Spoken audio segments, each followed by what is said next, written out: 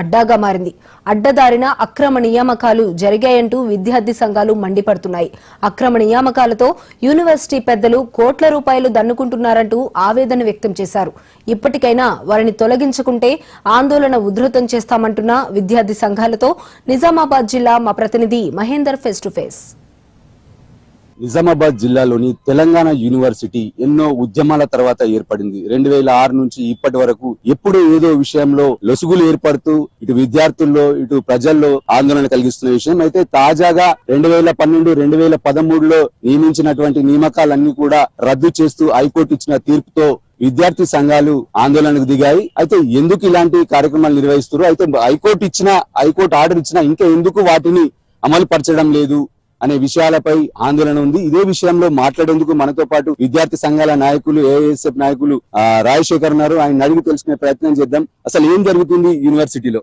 University అనేది అక్రమాలకు అన్యాయాలకు కేంద్ర బిందువుగా నిలబడతా ఉన్నారు. తెలంగాణ పేరుతో ఉన్నటువంటి తెలంగాణ యూనివర్సిటీ నిజామాబాద్ జిల్లాకు గర్వకారణం. అట్లాంటి తెలంగాణ యూనివర్సిటీని ఈ రోజు అబాస్పాలు చేసేటువంటి ప్రక్రియకు ఇప్పుడు ఉన్నటువంటి వీసీ గాని, అదే విధంగా అప్పుడు గతంలో ఉన్నటువంటి వీసీలు కూడా అదే పరంపర కొనసాగిస్తా ఉన్నారు. ఈరోజు మేము సూటిగా అడుగుతా ఉన్నాం, సాక్షాత్ హైకోర్టే జోక్యం చేసుకొని దాదాపు 76 మందిని ఈ యొక్క అక్రమ నియామకాలుగా గుర్తించి ఆ 76 మంది అక్రమ నియామకాలను రద్దు చేస్తూ హైకోర్టు ఉత్తర్వులు అనేది జారీ చేసింది. ఇది స్వయంగా ఏదైతే తెలంగాణ యూనివర్సిటీ అఫీషియల్ వెబ్సైట్ లోనే ఆ యొక్క ఆర్డర్ కాపీ ఉన్నది. కానీ ఇప్పుడున్నటువంటి వీసీ యాదగిరిరావు మాకు అఫీషియల్ గా ఆ యొక్క ఉత్తర్వులు గాని, ఆ యొక్క ఆర్డర్ కాపీ గాని అఫీషియల్ గా మాకు గెజిట్ రాలేదు. మాకు అఫీషియల్ గా గెజిట్ వస్తే ఇట్లా స్టాంపేజ్ వస్తుంది, అట్లా స్టాంపేజ్ వస్తేనే మేము నిర్ణయం తీసుకుంటాం అని చెప్పేసి ఈ యొక్క హైకోర్టు నిర్ణయాన్ని తప్పుదోవ పట్టించి పక్కదోవ పట్టించేటువంటి ప్రయత్నం చేస్తా ఉన్నాడు. ఈ రోజు అక్టోబర్ 31న వాళ్ళ యొక్క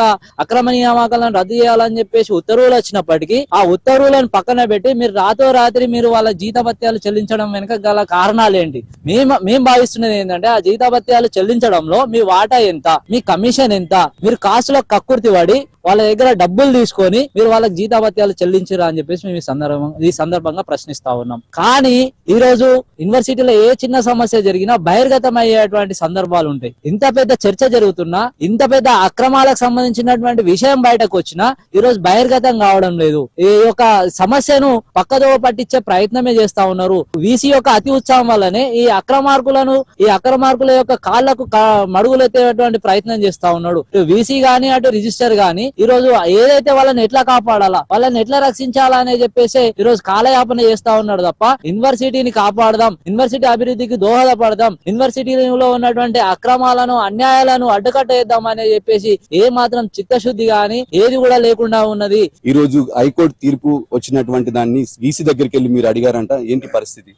వీసీ దగ్గరికి వెళ్ళి విద్యార్థి సంఘాల నాయకులు అడిగితే ఇంకా మాకు ఎలాంటి సమాచారం రాలేదు, మాకు ఎలాంటి ఇంకా గజెట్ రాలేదని సమాధానం ఇవ్వడం జరిగింది. హైకోర్టు తీర్పు ఇచ్చి దాదాపు 12 రోజులు అవుతుంది. 12 రోజులు అయినప్పటికీ వాళ్ళకి ఏదైతే అక్రమంగా నియామకాలు పొందినటువంటి ప్రొఫెసర్లు ఏదైతే ఉన్నారో ఆ సిబ్బందిని ఈ నెల 5వ తారీఖు లోపే జీతాలు చెల్లించడం జరిగింది. కోర్టు తీర్పు వచ్చిన తర్వాత కూడా 5వ తారీఖు లోపు ఏ విధంగా మీరు జీతాలు చెల్లించారనే విషయాన్ని మేము ఖండిస్తా ఉన్నాం. తెలంగాణ యూనివర్సిటీలో ఉన్నటువంటి ఖజానాను ఈ మొత్తం వీసీ రిజిస్టర్ గారు అసలు సంబంధం లేకుండా కోర్టు తీర్పు పాటించకుండా 5వ తారీఖు లోపు చెల్లించడం జరిగింది. కాబట్టి మేము డిమాండ్ చేస్తా ఉన్నాం ఏమిటంటే రిజిస్ట్రార్ వీసీ గారు తక్షణమే స్పందించి సిట్టింగ్ జడ్జితో విచారణ చేపట్టి దీన్ని మొత్తం రద్దు చేయాలని, నియామకాలని మేము హైకోర్టు తీర్పును అమలు చేయాలని మేము డిమాండ్ చేస్తా ఉన్నాం విద్యార్థి సంఘాలు. లేని పక్షంలో మేము విద్యార్థి సంఘాలు ఆధ్వర్యంలో పెద్ద ఎత్తున ఆందోళన చేపడతాం. లేని పక్షంలో సెక్రటేరియట్ ను కూడా ముట్టడిస్తామని హెచ్చరిస్తా ఉన్నాం.